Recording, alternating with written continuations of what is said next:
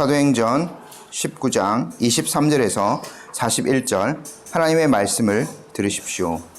그때쯤 되어 이 도로 말미암아 적지 않은 소동이 있었으니 즉 데메드리오라 하는 어떤 은장색이 은으로 아데미의 신상 모형을 만들어 직공들에게 적지 않은 벌이를 하게 하더니 그가 그 직공들과 그러한 영업하는 자들을 모아 이르되 여러분도 알거니와 우리의 풍족한 생활이 이 생업에 있는데 이 바울이 에베소뿐 아니라 거의 전 아시아를 통하여 수많은 사람을 권유하여 말하되 사람의 손으로 만든 것들은 신이 아니라 하니 이는 그들도 보고 들은 것이라. 우리의 이 영업이 천하여질 위험이 있을 뿐 아니라 큰 여신 아데미의 신전도 무시당하게 되고 온 아시아와 천하가 위하는 그의 위엄도 떨어질까 하노라 하더라. 그들이 이 말을 듣고 분노가 가득하여 외쳐 이르되 크다 에베소 사람의 아데미여 하니 온 시내가 요란하여 바울과 같이 다니는 마게도냐 사람 가이오와 아리스다고를 붙들어 일제히 연극장으로 달려 들어가는지라. 바울이 백성 가운데로 들어가고자 하나 제자들이 말리고 또 아시아 관리 중에 바울의 친구된 어떤 이들이 그에게 통지하여 연극장에 들어가지 말라 권하더라. 사람들이 외쳐 어떤 이는 이런 말을 어떤 이는 저런 말을 하니 모인 무리가 분란하여 태반이나 어찌하여 모였는지 알지 못하더라. 유대인들이 무리 가운데서 알렉산더를 권하여 앞으로 밀어내니 알렉산더가 손짓하며 백성에게 변명하려 하나 그들은 그가 유대인인 줄 알고 다 한 소리로 외쳐 이르되 크다 에베소 사람의 아데미여 하기를 2시간이나 하더니 서기장이 무리를 진정시키고 이르되 에베소 사람들아 에베소 시가 큰 아데미와 제우스에게서 내려온 우상의 신전지기가 된 줄을 누가 알지 못하겠느냐. 이 일이 그렇지 않다 할 수 없으니 너희가 가만히 있어서 무엇이든지 경솔이 아니하여야 하리라. 신전의 물건을 도둑질하지도 아니하였고 우리 여신을 비방하지도 아니한 이 사람들을 너희가 붙잡아 왔으니 만일 데메드리오와 그와 함께 있는 직공들이 누구에게 고발할 것이 있으면 재판 날도 있고 총독들도 있으니 피차 고소할 것이요 만일 그 외에 무엇을 원하면 정식으로 민회에서 결정할지라. 오늘 아무 까닭도 없는 이 일에 우리가 소요 사건으로 책망받을 위험이 있고 우리는 이 불법 집회에 관하여 보고할 자료가 없다 하고 이에 그 모임을 흩어지게 하니라. 아멘. 잠시 기도하겠습니다. 복되신 하나님 아버지, 오늘 저희들이 또 주님의 귀한 말씀 앞에 섭니다.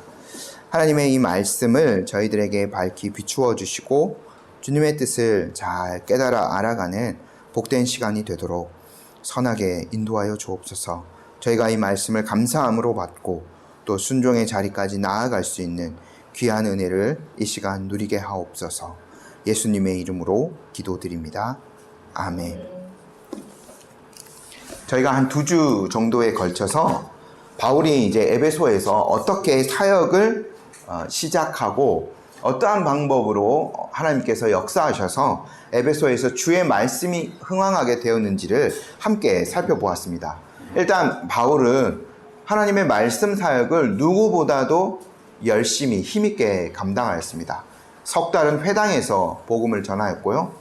또 이제 거기에서 길이 막혀지자 두란노 서원을 빌려서 따로 제자들을 세워서 거기에서 매일마다 성경 말씀을 가르쳤습니다.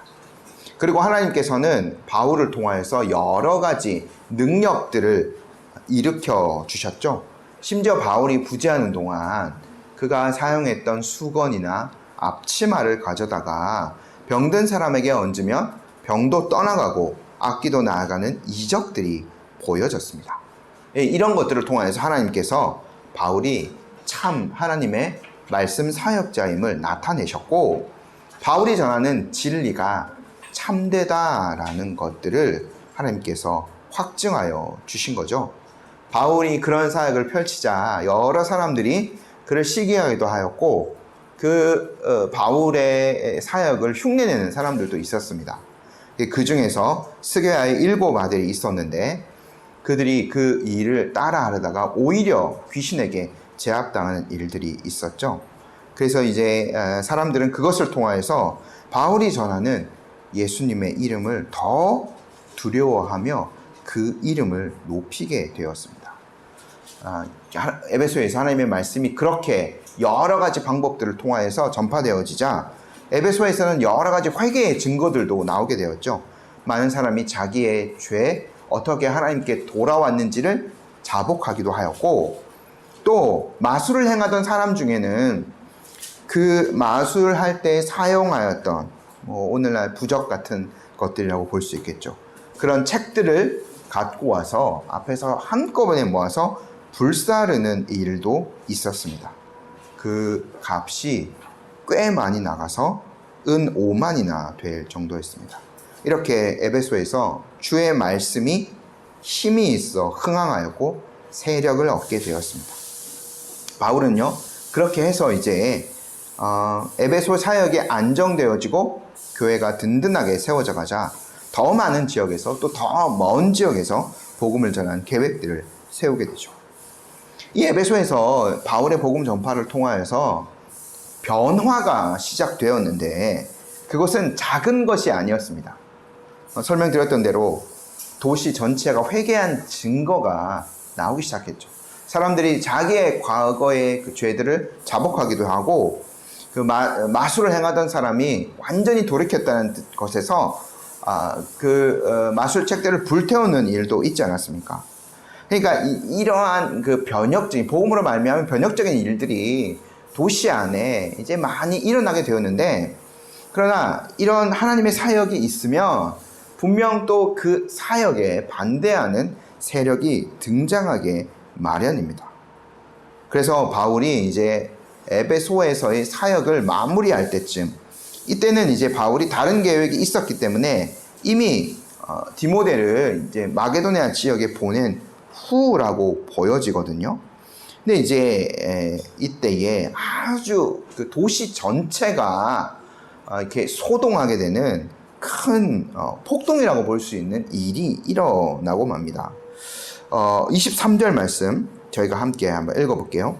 그때쯤 되어 이 도로 말미암아 적지 않은 소동이 있었으니, 그러니까 디모데와 22절에 디모데와 에라스도 두 사람을 마게도냐로 보냈을 때 일어난 일이라고 저희가 볼 수 있습니다.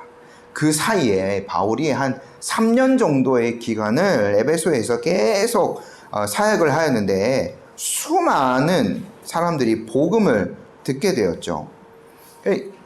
이제 사람들의 그 유대인과 또 많은 이방인들 사이에 엄청난 그런 영적인 변화가 일어나게 되었습니다.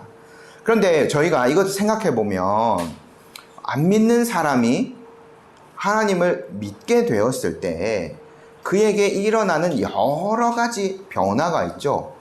가장 큰 변화 중에 하나는 아마 예배일 것입니다.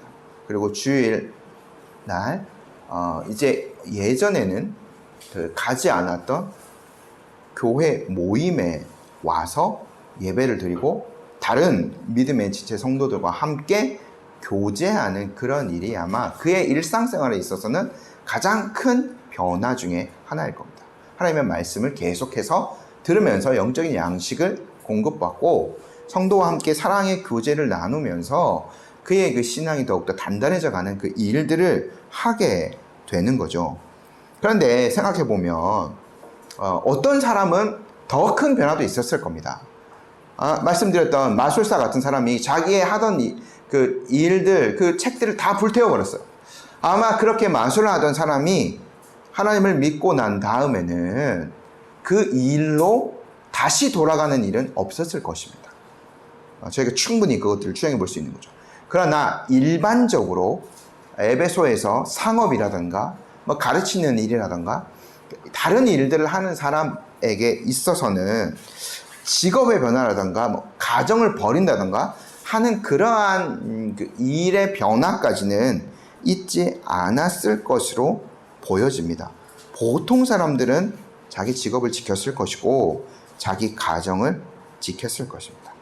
그러나 그럼에도 불구하고 그의 일상의 대부분의 것들이 유지됨에도 불구하고 그 복음을 들은 사람이 단호하게 끊은 것들이 있을 거예요. 아까 마술 있다고 말씀드렸고 또 우상을 섬기는 일, 우상과 하나님을 겸하여서 섬길 수는 없기 때문에 아마 그 우상을 섬기는 일은 단호하게 끊어버렸을 것입니다. 오늘날 있어서 사실 무신론자라는 개념이 이 사회에 등장한 것은 얼마 되지 않았어요. 그러니까 고대 이 사회에서 신을 믿지 않는 사람은 존재를 할 수가 없어요. 오늘 아뎀이라는 여신 때문에 지금 이러한 소동이 벌어지게 되는데, 에베소 사람들은 그냥 다 아뎀이라는 여신을 자기의 그 신으로서 섬기면서 그냥 그렇게 조상 대대로 살아오고 있는 사람들입니다. 근데 이제 참된 복음을 듣고 회개하고 바울이 말했던 대로 사람의 손으로 만든 것은 결코 하나님처럼 섬길 수 없다라는 것들을 깨달은 사람들이 그 우상을 그대로 섬기지는 않았겠죠. 그래서 그 우상을 버리는 많은 일들이 아마 일어났을 겁니다. 보이지 않는 하나님을 예배하는 자들이 되었기 때문에 보이는 우상 따위에는 이제 더 이상 관심을 기울일 필요가 없는 거죠. 근데 이 지금 에베소의 많은 사람들이 이거는 지금 데메드리오라 하는 사람도 인정하고 있는 바예요. 그래서 26절을 보면 에베소뿐만 아니라 전 아시아 지역, 아시아 속주죠. 여기에 복음이 바울을 통하여서 또 여러 제자들을 통하여서 아주 편만하게 지금 전파되었습니다. 많은 사람들이 주님께로 돌아오고 있어요. 그러니까 많은 사람들이 원래 섬기던 그 우상을 다 이제 버리고 있는 거죠.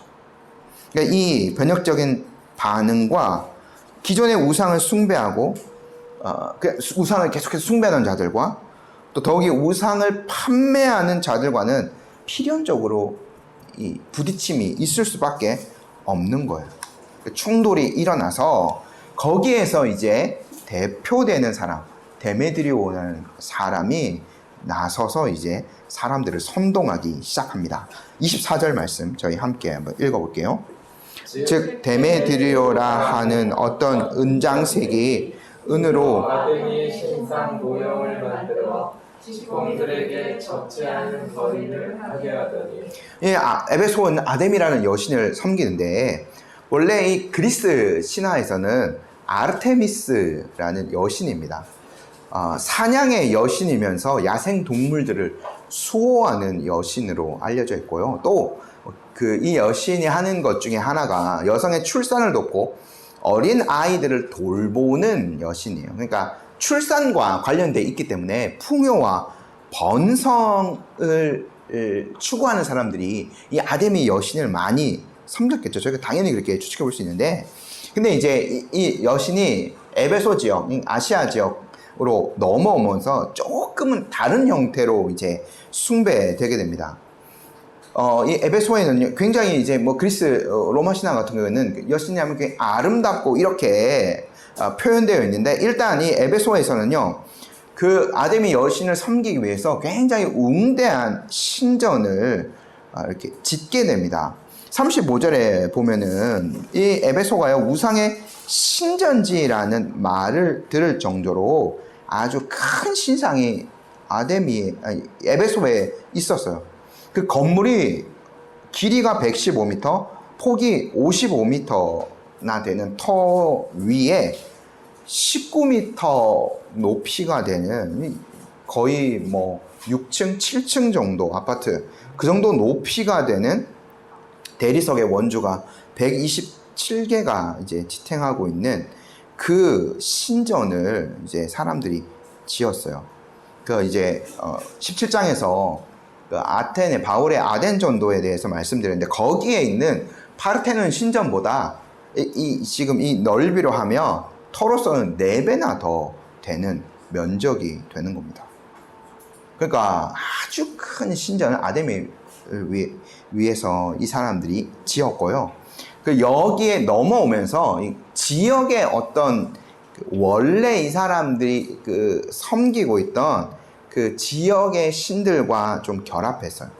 그래서 이제 원래 이 아시아 속주 지역에서 섬기고 있던 전통 종교인 이 대지의 모신이라고 알려져 있는 키벨레라는 것과 혼합되어서 다산과 풍요를 상징하는 그 신상을 막 만듭니다.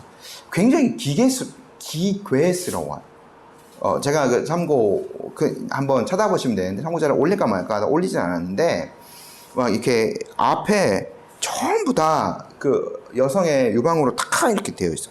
밑에는 그 남자를 상징하는 거 다 굉장히 모습이 기괴스러운 것으로 변해서 이 아데미 그 신상을 만들어서 그것들을 섬기고 있어요.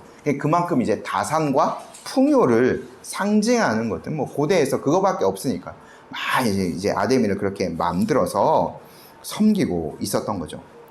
근데요, 이렇게 큰 신상이 있고 또 이제 사람들이 매번 거기에 나올 수 없으니까 이제 이런 데메드리오 같은 은 장색들이 그 조그맣게 은을 부어서 우상 모양을 만들어서 각 가정에서 아마 섬길 수 있도록 만든 그런 것들이 있었는가 봅니다. 그러니까 이 작업들을 하는 사람이 에베소 도시가 뭐 25만 명이 넘을 정도의 인구가 있었고 대부분의 사람들이 그거를 섬기고 있기 때문에 이 은장색들이 그거를 만들어서 많은 유익을 누리고 있었겠죠. 데메드리오가 그 대표자로서 나설 수밖에 없는 상황이 되었어요. 그래서 우리가 데메드리오가요 연설을 하면서 사람들을 막 선동하는데 25절부터 27절까지 한번 저희 그의 선동 내용을 한번 보도록 할게요. 그가 그 직공들과 그러한 영업을 하는 자들을 모아 이르되 여러분도 알거니와 우리의 풍족한 생활이 이 생업에 있는데 이 바울이 에베소뿐 아니라 거의 전 아시아를 통하여 수많은 사람을 권유하여 말하되 사람의 손으로 만든 것들은 신이 아니라 하니 이는 그대들도 보고 들은 것이라 우리의 이 영업이 천하야질 위험이 있을 뿐 아니라 큰 여신 아데미의 신전도 무시당하게 되고 온 아시아와 천하가 위하는 그의 위엄도 떨어질까 하노라. 이 데메드리오가 대표로 아마 은장색의 대표격이 되는 거기에 뭐 이렇게 수장격이 되는 사람들이었을 것으로 보여집니다. 그의 선동을 조금 풀이해서 저희 말로 좀 바꿔보면 우리들은 이 아데미 우상을 만들어 파는 것을 통해서 풍족한 생활을 해왔습니다. 그런데 이 바울이라는 사람이 들어와서 에베소와 아시아 전 지역에서 수많은 사람들을 권유하며 사람의 손으로 만든 것은 신이 아니다 라고 떠들고 다녔습니다. 이 모든 것들은 여러분도 알고 계실 것입니다. 그 바울 때문에 우리의 평판이 나빠질 위기에 처했습니다. 또한 위대하신 아데미의 여신의 신전도 무시당할 위기에 처했습니다. 그리고 아시아 전체와 세상이 받들어 섬기는 여신의 위엄도 떨어질 위험에 처했습니다. 라고 은장색들을 이렇게 선동한 거예요. 근데 데메드리오가요, 아주 잘하고 있습니다. 선동을. 그러니까, 이런 그 선동에 재주가 있었던 것 같아요. 아마 이러한 것이 있으니까 은장색의 대표가 되지 않았을까라는 생각도 해보게 됩니다. 근데 사실은 데메드리오가 25절에 처음에 밝히고 있는 이유가 지금 이 그 사람들을 선동하는 이유의 가장 큰 것을 차지합니다. 뭐냐면 사실 한마디로 얘기하면 경제적인 어려움 때문에, 경제적인 이유 때문에, 더 쉽게 얘기하면 돈 때문에 데메드리오는요 지금 이 폭동을 선동하고 있는 거예요. 우상 만들어서 팔고 있는데 바울 때문에 자기들의 영업이 이제 안 되는 거예요. 그동안 풍족한 생활, 우상 팔아서 이렇게 아주 많은 그 돈 수입을 누리면서 부를 챙겨가고 있는데 바울 때문에 이제 그것이 끊어질 위기에 처한 거죠. 우리가 빌립보 전도를 생각해 봐도요, 바울이 억울하게 감옥을 가게 된 이유가 뭐냐면 그 여종, 귀신 들린 여종을 치료해줘서 그 주인의 수입이 끊겼기 때문이거든요. 그러니까 이게 사람이 어쩔 수 없는 인간의 본성이에요.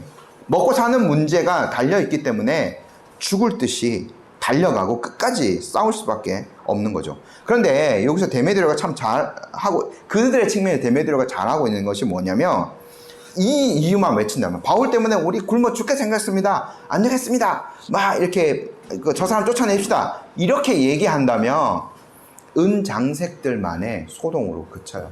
도시의 아주 작은 소수의 몇몇 사람들만 이렇게 참가하는 그런 시위에 그치고 말 겁니다. 근데 사실 이런 이유만으로 선동한다면 사람들은 오히려 그들에게 동조하지 않을 이유가 더 많은 것 같아요. 그들의 이익에 관련되고 나하고는 그렇게 관련이 없는 거기 때문에 우상을 사고 싶은 사람은 여전히 사고 신앙을 가져서 안 살 사람은 안 사는 것이기 때문에 그것에 뭐 크게 동요하지는 않을 거거든요. 그런데요, 데메드리오는요, 그걸 더 확대시킵니다. 이 바울 때문에 자신의 우리의 그 민족과 도시의 위험이 실추될 위기에 처했습니다 라고 그 두 가지를 연결시키는 거예요. 그래서 이 아데미의 위험이 손상된다 라고 데메드리오가 선동하는 것은 그 이제 에베소의 그 민족적인 정체성과 도시의 어떤 이 지위 같은 것들이 흔들릴 위기에 처했다라는 것과 같은 거거든요. 그러니까 이제 이 데메드리오가요, 굉장히 그 사람들이 선동하기 좋은 그 내용을 끌고 온 거예요. 그래서 자기들의 경제적 이유가 거의 전부이죠. 민족적인 정서, 도시적인 정서를 자극하여서 이 선동이 은장색 그룹 안에만 머물지 않고 전 도시와 전 시민들 사이로 번지게 한 겁니다. 선동이라는 것이 사실 이렇게 무섭습니다.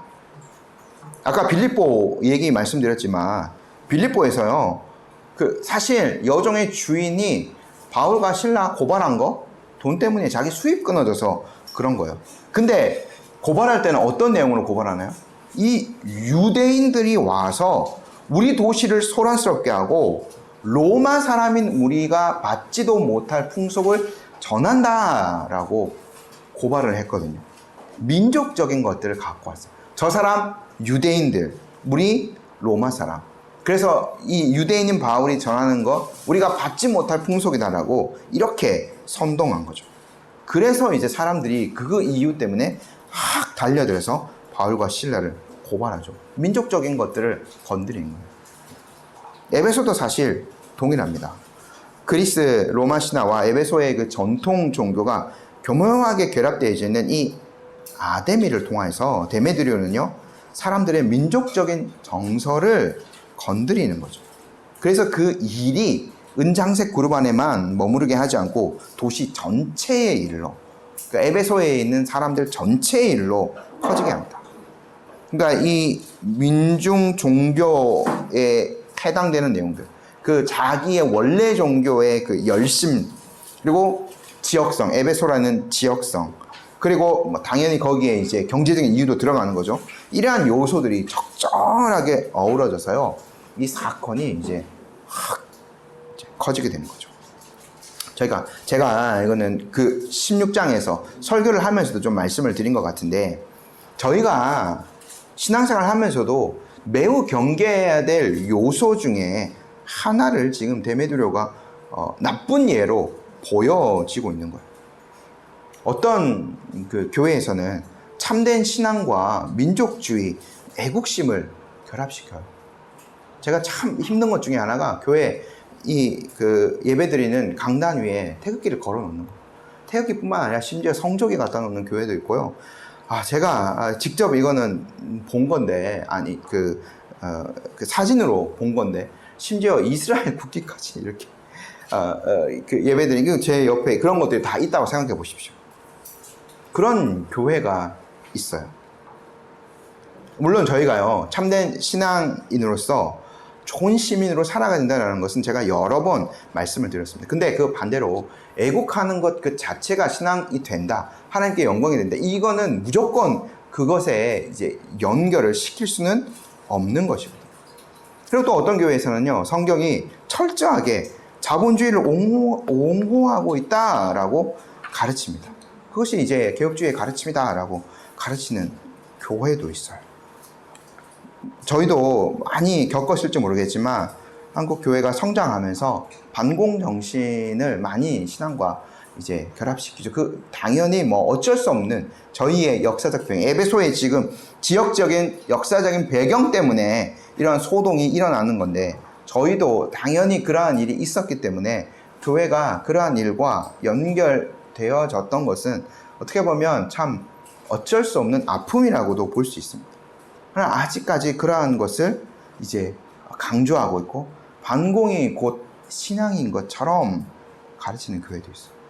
이렇게 신앙생활 배우면요, 정말 무섭습니다.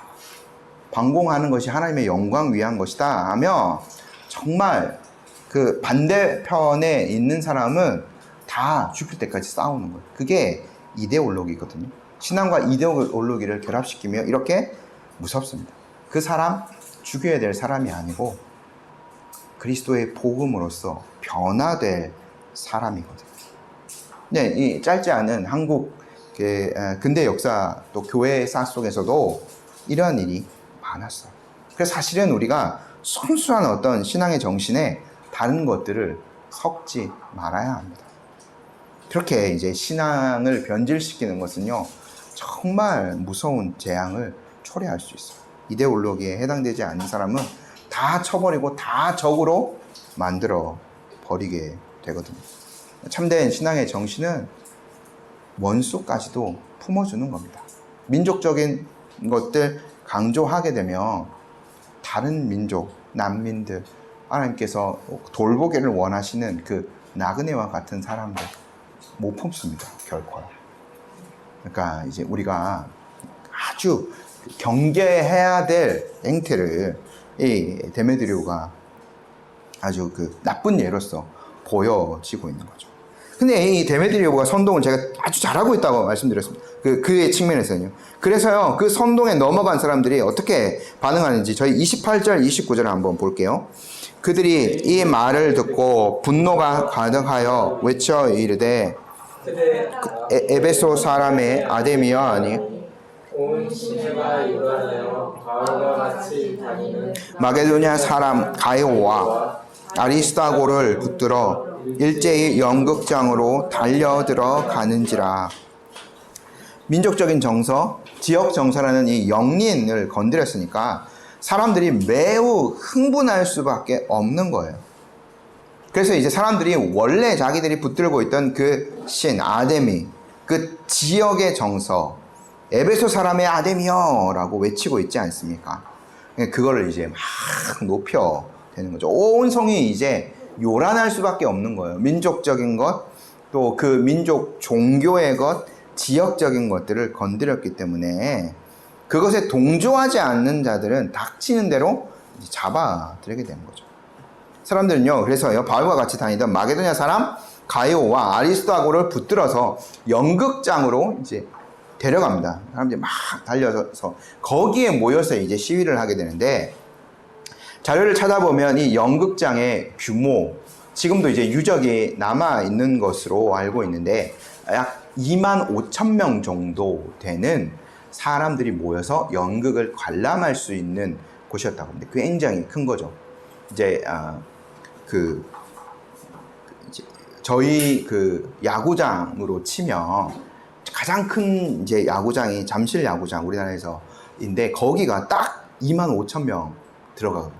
그러니까 자료를 찾아보니까 2만 5,553명이 만원 관중이라고 하더라고요. 뭐 야구장 가신 분들은 알겠지만 만원 관중이 딱 들어가 있을 때 사람들이 막 함성을 외치면 그 열기가 어마어마합니다. 정말 뭐 옆에 사람의 말도 제대로 들리지 않을 정도로 수많은 사람이 막 응원하고 떠들고 하면 그 열기와 함성, 그리고 개인의 어떤 감정도 확 이제 고조되게 되는 거죠. 그러니까 이제 성에 많은 사람들이요, 막 길거리에서 외치기도 하고, 바울의 동역자 잡아들여서 연극장으로 끌고 가서 연극장에 뭐 2만 명이 정도, 어느 정도 규모인지 추구할 수는 없지만, 추적할 수는 없지만, 뭐 연극장을 만약 가득 채웠다면 2만 명 넘는 사람들이 모여서 뭐 도시 전체가 막 난리가 난 거죠. 거기에는 굉장히 울림이 좋게 되어 있습니다. 마이크 시설 없기 때문에. 이제 에베소 바닷가에서 불어오는 바람을 이용해서 연극 소리가 전달되게 했기 때문에 울림이 굉장히 좋게 건설이 되어 있는 거예요. 거기서 이제 사람들이 막 모여서 함성을 외치며 도시 전체가 막 울릴 정도의 소리가 되는 거죠. 난리가 이제 난 겁니다. 에베소 도시 전체가. 근데 이제 바울이 이 사태를 그냥 보고 있을 수는 없죠, 당연히. 그러니까 동역자들이 염려가 될 수밖에 없어요. 그래서요, 가이오 아리스타고를 위해서 바울이 거기에 사실은 연극장에 들어가고 싶었어요. 근데 이제 이러한 상황에서 바울이 직접 나타난다 하면 이제 그 기름을 더 붓는 일이 돼버리기 때문에 바울의 다른 동역자들이 바울을 말려서 그런 행동은 하지 않도록 이제 권면을 하게 되죠. 30절, 31절 말씀 저희 함께 읽어볼게요. 바울이 백성들대로 들어가고자 하나 제자들이 말리고 또 아시아 관리 중에 바울의 친구된 어떤 이들이 그에게 통지하여 연극장에 들어가지 말라 권하더라. 바울은요, 어떻게 보면 거기에 들어가서 옳고 그름을 따지면서 그러한 일을 해결하고 싶었을지도 모릅니다. 그래서 이제 가이오와 아리스타고를 구출하려고 하는 그 생각들을 가지고 있었을 거예요. 근데 그 바울의 동료된 자들은 그 사항을 바울보다는 더 냉정하게 판단을 내렸습니다. 또 바울의 친구 중에 바울이 아마 복음을 전하다가 그런 좋은 관계를 맺지 않았을까 저희가 추측해 볼 수 있는데, 그 관원들이요, 바울에게 이건 통지했습니다. 어떻게 보면 관원의 입장에서 바울에게 행정명령을 내린 것과 마찬가지죠. 그렇게 하지 마십시오라고 이렇게 한 겁니다. 그러니까 이제 이 사람들은 바울보다 지금 이 일에 있어서는 조금 더 냉정하게 사태를 분석하고 바울에게 이제 행동 지침을 주게 된 거죠. 적절한 이제 지침을 주게 된 거죠. 그러니까 이제 적재적소에 사람들을 하나님께서 세우셔서 이 소돔이 그 어떤 큰 교회의 해가 되거나 인명의 해가 되지 않도록 넘어가게 하나님께서 해 주신 거죠. 그럼에도 불구하고 이 사태는요, 쉽게 끝날 것 같지 않았습니다. 근데 사람들은요, 처음에 이제 선동하는 사람들은 명확한 이유를 알고 있었을 거예요. 데메드를 중심으로 한 은장색들, 그리고 그들의 선동을 직접 들었던 사람들은 지금 이 일이 왜 일어난지를 분명히 알았을 건데, 그 주변의 사람들은 무슨 일이야? 라고 하면서 막 달려온 사람들은 갑자기 사람들이 뭐 크다 에베소 사람의 아데미여 라고 외치고 있는데 무슨 일인 건 모르는 채로 막 달려드는 거죠. 그러니까 이게 참 우스운 상황이 지금 벌어지고 있는 거예요. 32절 말씀 저희가 함께 읽어볼게요. 사람들이 외쳐 어떤 이는 이런 말을 어떤 이는 저런 말을 하니 모인 무리가 분란하여 태반이나 어찌하여 모였는지 알지 못하더라. 대중 사람들은요, 이게 대중 선동은 이럴 수밖에 없는 거예요. 그러니까 초기의 사람들만 그 명확한 모이고 이 시위를 하게 된 크다 에베소 사람의 아데미어라는 것을 외치게 된 그 명분을 정확하게 초기의 몇 명 사람은 이해를 하고 있을 겁니다. 그런데 그 뒤에 달려온 사람들은 이 얘기하고 저 얘기하고 외환적으로 그냥 소리가 나니까 달려들고 정신없는 그 상황이 벌어지게 된 거죠. 근데 이러한 상황 중에서 불안한 그룹이 있을 수밖에 없어요. 이게 지금 강력한 지역적, 민족적인 그 정서를 지금 이 연극장에 모인 사람이 내뿜고 있거든요. 그럴 때에는 다른 민족이 그 밖에 에베소 원래 에베소 그 소아시아 민족이 아닌 그 사람들은 두려움에 떨 수밖에 없는 거예요. 가장 대표적인 그룹이 유대인들이죠. 왜냐하면 바울과 동족이기 때문에요. 그래서 그 소수의 민족의 사람은 핍박을 받거나 공격의 대상이 될 수밖에 없는 거예요. 그래서요, 거기에 모였던 사람 중에 유대인들이 알렉산더를 이렇게 내보내서 백성들에게 이제 변명을 하고자 했습니다. 33절 저희 함께 읽어볼게요. 유대인들이 무리 가운데서 알렉산더를 권하여 앞으로 밀어내니 알렉산더가 손짓하며 백성에게 변명하려 하는. 이렇게 바울이 아니고 알렉산더가 이렇게 하려고 하는 이유가 뭐냐면 선긋게 하는 거예요. 사실 이거는요. 우리가 유대인 민족이고 바울과 동족인 것은 맞지만 우리는 바울과 전혀 상관없는 사람입니다. 바울은 우리 동족과 전혀 관계없는 것들을 지금 전하고 있습니다 라는 이 변명들을 하려고 한 거죠. 어떻게 보면 좀 비겁한 행동이라고 볼 수도 있습니다. 그런데 극장에 모인 사람은 그런 변명 듣고 싶지 않아요. 그래서 이제 사람들은요, 유대인 알렉산더를 내려오게 하고 계속해서 더 큰 소리를 지릅니다. 34절 저희 함께 읽어볼게요. 그들은 그가 유대인인 줄 알고 다 한 소리로 외쳐 이르되 크다 에베소 사람의 아데미여 하기를 2시간이나 하더니. 사람들은 지금 어떠한 말도 통하지 않는 집단 그 흥분의 상태까지 빠져든 것으로 보입니다. 저희가 이러한 것들을 우리도 여기서 모여서요 2시간 동안 같은 말을 막 하게 되면 아마 우리도 정말 우리 정신이 아닌 상태에 빠지고 말 거예요. 그러니까 흥분이 이제 극에 달하는 거죠. 아까 뭐 스포츠 경기장 말씀드렸습니다만 축구 경기 같은 거 뭐 응원하는 사람 중에 막 상대방을 공격하고 주로 뭐 잉글랜드에서 이런 일들이 많이 이제 있습니다만 그 사람들이 자기 팀을 축구 경기가 이제 전후반 90분이죠. 뭐 중간에 치면은 거의 이 사람들이 외쳤던 2시간이나 마찬가지입니다. 그 2시간 동안 깃발을 흔들고 자기 팀의 응원가를 부르고 똑같은 소리를 막 반복하게 되면 사람의 그 흥분 지수가 감당할 수 있는 것 이상으로 이제 넘어가 버리는 게 되는 것 같아요. 그래서 이제 잉글랜드 축구 뭐 같은 것들을 보면 상대방끼리 막 주먹질하고 싸우고 이러한 뉴스들이 종종 이제 나오게 되는 거죠. 지금 이 경기장에 모여 있는 이 사람들의 이 연극장에 모여 있는 사람들의 상태가 지금 그거예요. 그러니까 이제 뭐 알렉산더가 뭐 자기들에 대해서 유대인들에 대해서 변명하라고 그거 듣고 싶지 않은 거예요. 그러니까 다시 한번 생각해 보면 바울이 이러한 상황 중에 바울이 경기장에 만약에 들어갔다라고 하면 아마 걷잡을 수 없는 일이 벌어졌을지도 모릅니다. 그러니까 이제 바울의 제자들과 바울을 말린 관원의 처사가 매우 합당하고 지혜로운 것이며 우리가 알 수 있는 거죠. 근데 지금 이 에베소 사람들의 소요는 또 어떻게 저희가 냉정하게 보면 굉장히 우습게 마무리됩니다. 이 사람들이 처음부터 크다 에베소 사람의 아데미어라는 광란적인 부르짖음으로 시작해서요 그 부르짖음으로 그냥 마무리되어져요. 그래서 이것을 연구한 한 학자는 이렇게 일갈하더라고요.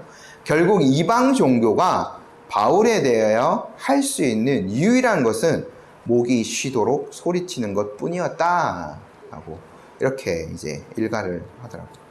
그러니까 이 사람들은 어떻게 보면 이게 계시 종교와 인간이 만든 우상의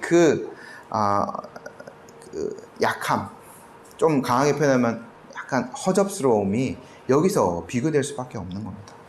아데미 여신이 있지만 어떠한 논리와 어떠한 이론으로도 바울이 전하는 그 내용들을 반박할 수 없는 거죠. 그냥 사람의 손으로 만들고 빌고 하는 아무 말 못하는 우상일 뿐이기 때문에. 근데요, 저희가 나중에 이제 뭐 에베소서도 함께 이제 공부할 기회가 있을 것 같습니다만, 바울은 이 에베소에서 복음을 2년 동안 계속 가르쳤죠. 그러니까 에베소에 편지를 보내면서 아주 복음의 깊은 내용까지 더 담아서 보내줄 수 있었던 거예요. 그 단단한 식물을 먹을 수 있을 만큼 신앙이 장성한 사람. 그래서 하나님의 그 원대한 구원 계획으로부터 시작해서 이제 구원의 복음을 에베소서가 말하고 있거든요. 그러니까 이러한 그 계시 종교와 그 사람의 그 그냥 손으로 만든 우상을 섬기는 것에 그 초라함이 여기에서 이렇게 비교되는 거죠. 우리가 믿는 이 신앙, 바울이 전한 복음 안에는 이 이방인들이 이렇게 목이 부르짖어 외치고 있는 그 우상이 결코 가져다 주지 못하는 온전함, 그리고 그 고결함, 기품이 우리의 신앙 안에 담겨져 있는 거죠. 근데 이 시위가 어떻게 마무리되어지느냐?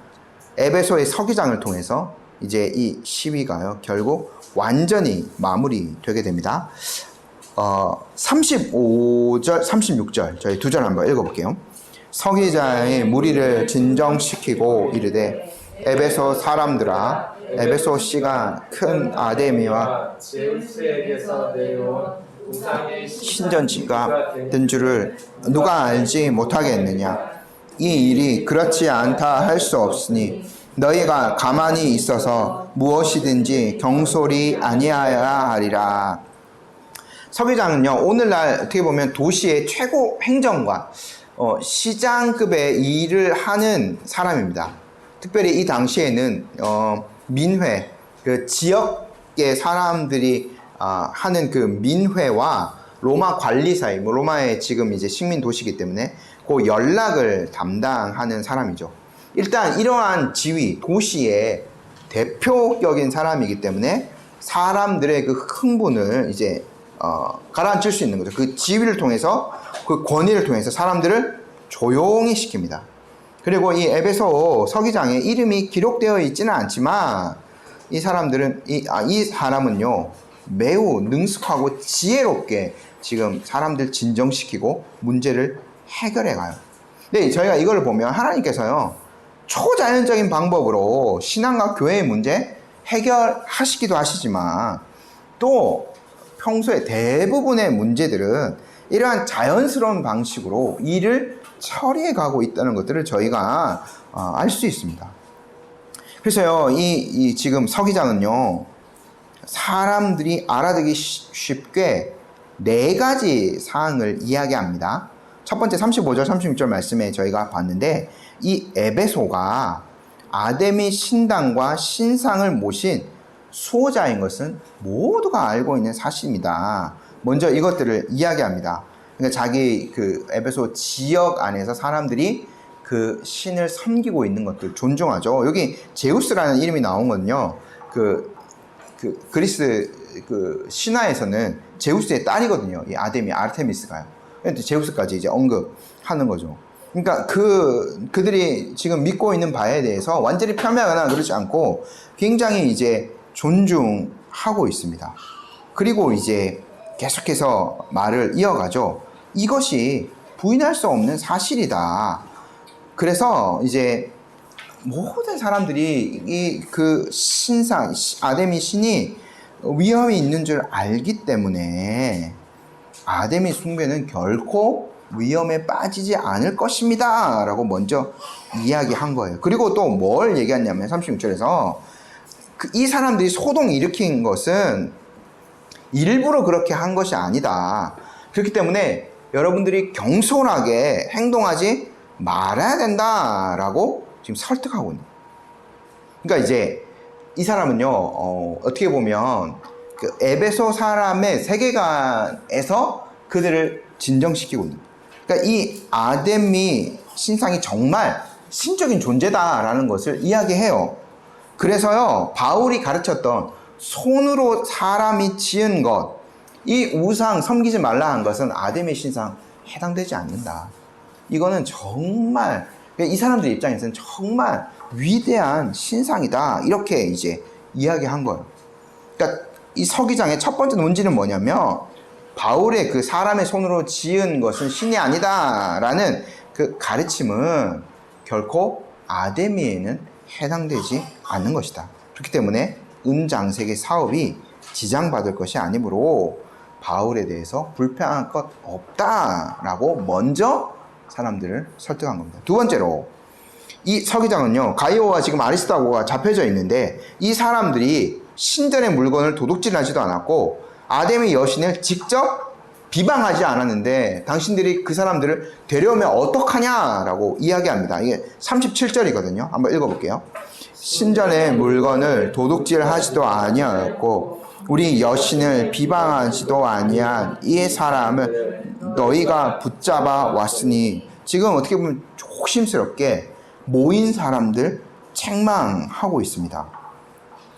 위법한 일을 하지 않은 사람을 붙들어 오는 것, 오늘날에 해당되면 무고죄에 해당되는 거죠. 그러니까 지금 로마가 굉장히 법체계가 잘 잡혀져 있는데 그렇게 그 신상에 대해서 직접적인 위해를 가하지 않은 사람을 데려오면 오히려 지금 모인 사람들이 더 나쁜 죄에 해당되는 일을 하는 거라고 판결을 받을 수 있거든요. 그렇기 때문에 그 두 사람에 대해서 명확한 죄가 없기 때문에 그 사람들 데려오는 것들 위법한 행위였다라고 서기장이 지금 판결을 내리고 있는 거죠. 굉장히 지금 객관적으로 이 일들 처리해 가고 있습니다. 그리고 세 번째, 서기장은요, 그 두 사람에 대해서 지금 그 바울을 포함하는 그 복음을 전하는 사람들, 만약에 고발할 것 있으면 정식으로 법에 맞게 고발할 것을 명령합니다. 명령을 내려요. 저희 그 38절 말씀 함께 읽어볼게요. 만일 데메드리오와 그와 함께 있는 직공들이 누구에게 고발할 것이 있으면 재판 날도 있고 총독들도 있고 있으니 피차 고소할 것이고.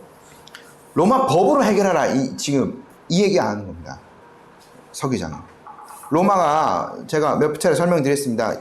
오늘날 법의 판결 거의 원형이 여기 있어요. 원고도 있고 피고도 있고요. 고발할 일 있으면 데메드리오가요, 정식으로 법정에다가 고소하는 겁니다. 그러니까 오늘날 저희도 자력구제 하는 거 아니죠. 나한테 누가 사기를 쳤고 피해줬다고 해서 그 사람 찾아가서 그 사람 때리고 내 사기 친 돈 다 내놓으라면 내가 죄가 있게 되는 거죠. 어떻게 되냐? 정식으로 법원에 고발해야 돼요. 사기죄로 고발해서 법의 판결을 받고 이 사람이 유죄가 확정이 되면 내가 사기당한 돈 다시 이제 돌려받고 이 사람은 징역을 살거나 형벌을 받게 되는 거죠. 이거 다 사실 로마의 법으로부터 이제 기원하는 겁니다. 그러니까 지금 이 서기장은 데메드리오 그 사람들에게 이렇게 선동하는 것으로 하지 말고 로마에 정식으로 재판하는 이러한 날들이 있었는 것 같아요. 재판 날도 있다. 그리고 법을 담당하는 총독도 있다. 그곳에 바울과 지금 그 사람들을 고발해라. 그렇게 해서 정식으로 법의 판결로 이 일들이 해결될 수 있게 하라라고 이야기합니다. 또 이야기하죠. 이 지방에 민회도 있습니다. 정기적인 시의회라고 볼 수 있거든요. 그러한 기관들을 통해서 정식으로 이 문제를 행정 절차를 밟아서 해결하라라고. 법적인 다툼 할 거 있으면 그렇게 피차 고발해서 법적인 다툼으로 누구에게 잘못이 있는지를 밝혀라. 서기장이 지금 이렇게 이야기하고 있습니다. 지금 매우 합리적인 처사를 하고 있어요. 또 네 번째, 이것도 굉장히 중요한 이유가 될 수 있습니다. 이 소요 사건 때문에 에베소가 로마 정부로부터 책망을 받을 수도 있다라는 것들을 경고해요. 40절 말씀 저희 함께 읽어볼게요. 오늘 아무 까닭도 없는 이 일에 우리가 소요 사건으로 책망받을 위험이 있고 우리는 이 불법 집회에 관하여 보고할 자료가 없다 하고, 저희가 예수님의 그 재판을 생각해 봐도 본디오 빌라도가 빨리 사람들의 그 요구에 굴복해서 예수님을 십자가에 못 박으라 라는 그 요구에 굴복해서 쉽게 예수님을 내줄 수밖에 없었던 것은 소요가 일어나, 폭동이 일어날까봐 그렇게 한 겁니다. 만약에 그렇게 되면 어떻겠냐? 로마가 겉으로 보기에는 굉장히 평화를 추구하는 곳입니다. 근데 그 평화를 깨는 사람이 나타났다. 그때는 이제 무력으로 진압하는 겁니다. 만약에 에베소에서 사람들이 이렇게 모여서 민족적 정서가 자극되어지고 폭동이 발생했다. 이것을 이제 지금 서기장이 이렇게 지혜롭게 처리하는 것도 이 일이 더 커지기 전에 막아버리는 겁니다. 만약에 그 일이 걷잡을 수 없이 커지게 되고 민족적 정서가 터지게 되면 로마의 이제 평화를 깨뜨리는 거예요. 그럼 어떻게 되냐? 주변 도시에 주둔해 있던 로마 군대가 그 도시로 순식간에 와서 에베소 이제 폭동을 일으킨 거 진압해 버리게 돼요. 그렇게 해서 이제 로마가 겉으로 보기에 우리 평화롭다라는 것들을 이제 유지하게 됩니다. 지금 40절에 이 서기장이 말하는 거는 그거예요. 에베소가요, 이 당시에 식민지였지만 로마의 5대 도시 중에 하나였거든요. 자유도시로서 로마 정부로부터 아주 특별한 자유와 권익을 누리고 있었어요. 근데 만일 아무런 이유가 없는 이런 불법 집회가 열리고 사람들이 막 소동하게 되면 도시의 책임자인 지금 이 서기장, 그리고 또 다른 어떤 공직에 있는 사람들이 로마 정부로부터 그 지위를 박탈당해 버리게 되거든요.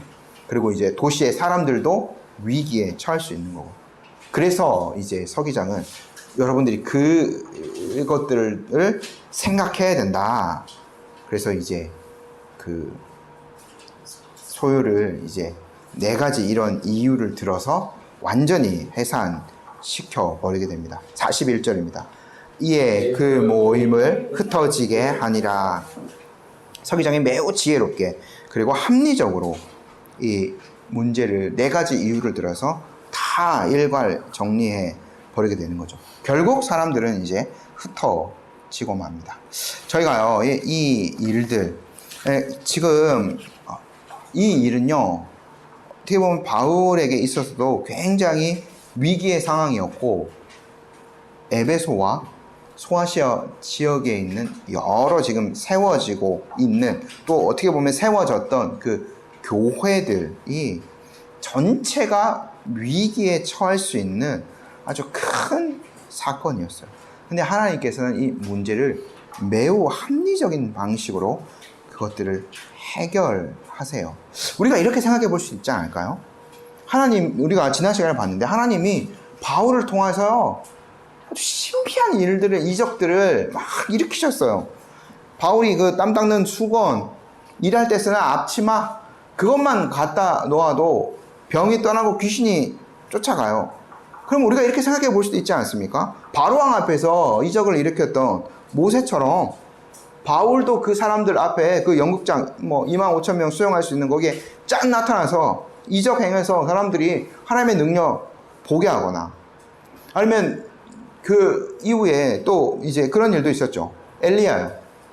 그 바알과 아세라 선지자 850명과 능력 대결 펼치지 않았습니까? 갈멜산에서요. 아데미 은장색들은 이나 이 아데미의 신전이 이렇게 있으면 거기에서 신전의 사제들이 분명히 있거든요. 불러 모아가지고 능력 대결 펼쳐서 하나님이 진짜 이런 하나님이시고 능력이 있는 하나님이다 라고 할 수도 있지 않았을까요? 그런데 하나님은 이러한 방법 사용하지 않으셨어요.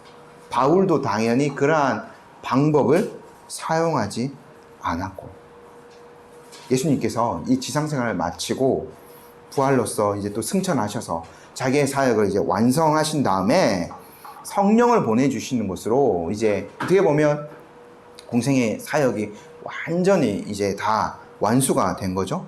그래서 지상에 교회가 세워지는데 땅에 교회를 세우셨어요. 예수님이 재림하기 전까지 교회는 땅에서 그 사역을 감당하는 겁니다. 물론 천상의 그 능력을 힘입어서, 그리스도의 그 중보의 능력을 힘입어서 성도들이 살아가고 교회가 유지되는 것이 맞지만, 교회가 있는 동안에는 이 땅에서 땅의 한 기관으로서 주님의 사역들을 감당하게 하신 거예요.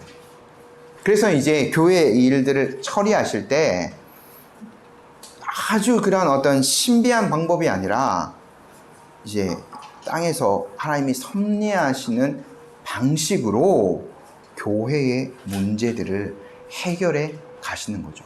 저희가 이미 여기 사도행전에서요, 지금 그것들을 계속 확인하고 있어요. 5장에서 사도들이 위기에 처해 있을 때 어떻게 보면 그 문제를 해결해 준 사람은 바울의 스승이었던 가말리엘이었어요. 신앙에 있는 사람이 아니었지만 객관적인 내용을 이야기해서 사도들이 위기에서 벗어날 수 있게 했습니다. 고린도에서는요, 갈리오 총독 말씀드렸죠. 유대인들의 그 고발이 거부되었어요. 너희들 문제 너희들끼리 해결하라. 갈리오 총독이 딱 그 문제를 거부해버리죠. 또 에베소에서는요, 서기장을 통해서 하나님께서 이 폭동의 문제를 단숨에 해결해 주시는 거죠. 하나님께서 이게 통치하시는 방법 중에 하나입니다. 그래서요, 바울이요, 로마서 13장에서 세속 관리가 하나님의 사역자이다 라고 이야기하는 것은 그냥 이야기한 것이 아니에요. 다 이러한 경험들을 통해서 하나님께서 그 사람들을 통해서 일하신 거기 때문에 이제 그 세속 관리들이 하나님의 사역자이다 라는 그 말을 할 수 있었던 거죠. 지금 어떻게 보면 하나님께서 그동안에 뭐 가말리엘이라든가 또 고린도에서 갈리오 총독, 지금 에베소에서 이름이 나오지는 않지만 이 서기장을 통해서 교회를 보호하신 겁니다. 그러나 이 사람들이 뭐 신앙이 있어서 일부러 그 편협한 판결을 한 것이 아니라 세워져 있는 로마의 법으로, 가말리엘은 그 유대교 어떤 신앙의 그 정직한 그 판단 안에서 그렇게 판단을 했기 때문에 그 안에서 교회와 성도가 보호를 받게 되는 일들이 있게 하신 거죠. 그렇기 때문에 이런 하나님의 섭리를 저희가 믿기 때문에 저희는요, 세속 정부 결코 부정하지 않습니다. 물론 그 안에서 이런 우상 숭배라든가 여러 가지 안 좋은 것들, 안 좋은 문화들에 대해서 우리가 비판을 하지만 세속 정부를 세워주신 그 하나님의 섭리는 저희는 이렇게 부인하지 않습니다. 하나님께서 그 사람들을 통하여서 이 땅에 세워져 있는 주님의 교회들을 보호하시기 때문에 그러신 거죠. 하나님께서 그러한 로마의 법들, 세워진 제도들, 이 총독들, 그리고 이 서기장, 이런 사람들을 통하여서 지금 교회를 지키고 성도를 위해서 일하고 계신 거죠. 그렇기 때문에 우리는 그 일들을 위해서 제가 아까 말씀드렸던 애국주의, 민족주의, 지역주의 이런 것 때문에 이렇게 정부에 충성하고 열심히 시민으로 살아가는 것이 아니라 하나님이 그렇게 일하시기 때문에 좋은 시민으로서 사회의 한 구성원으로서 살아가는 거죠. 그 안에서 주님의 보호를 받으면서 교회가 보호받으면서 하나님의 사역들을 감당해 가는 겁니다. 우리가 이제 법의 보호를 받는 것 안에서 주님의 사역들을 마음껏 할 수 있는 거죠. 교회를 더욱 세워가고 주님의 나라를 확장하는 사역들을 해갈 수 있는 겁니다. 하나님께서 이렇게 교회와 또 사역자들, 신자들을 지켜 가신 거죠.